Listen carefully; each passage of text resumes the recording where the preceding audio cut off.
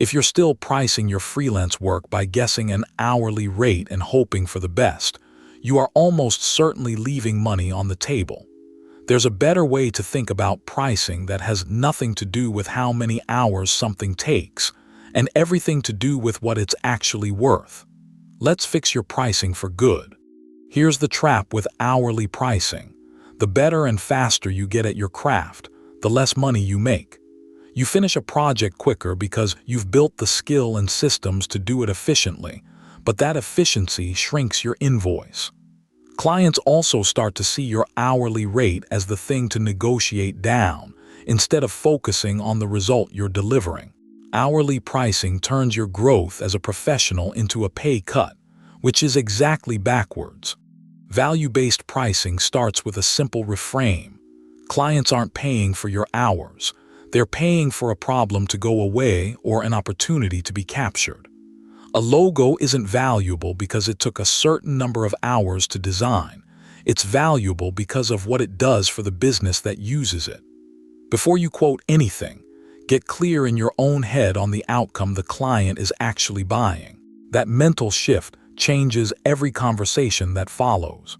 Before naming a number, ask questions that help you understand what this project is worth to the client's business. What happens if this problem doesn't get solved? What's the opportunity if it does? You're not trying to extract every dollar of value.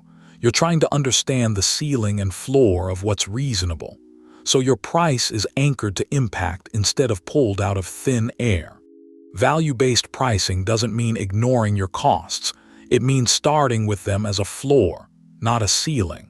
You still need a rough sense of the time a project will realistically take, your business expenses, taxes, and the income you need to sustain yourself.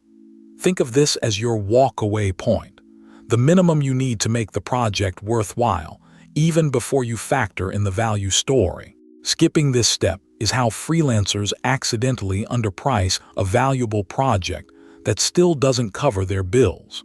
Instead of trying to land on one perfect price, build yourself a range with a floor based on your costs and time, and a ceiling based on the value the project creates for the client. This gives you room to adjust based on the client's budget, urgency, and how well-defined the project is. Presenting a client with tiered options within that range, rather than a single take-it-or-leave-it number, also tends to lead to smoother negotiations. Once you've settled on a price, tie it to a clearly defined scope of work, not an estimated number of hours. Spell out exactly what's included, what a revision round looks like, and what counts as additional work outside the original agreement. This protects you from scope creep, where a project quietly grows far beyond what you originally quoted, and it protects the client by giving them clarity on what they are actually paying for. When a client pushes back on price, resist the urge to immediately drop your number. Instead, get curious about what specifically feels expensive to them.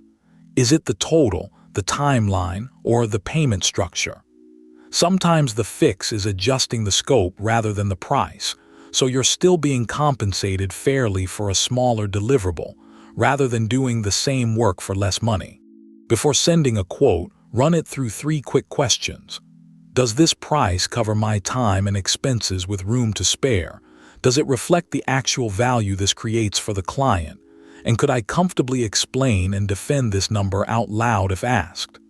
If you can answer yes to all 3, you're pricing from a place of logic and confidence, not fear or guesswork. Pricing your freelance work well isn't about finding one magic formula. It's about building a repeatable process you trust every single time you send a quote. If this framework gave you a clearer way to think about your own pricing, subscribe for more videos on building and protecting income outside a traditional paycheck. And let us know in the comments what part of pricing still feels the hardest for you.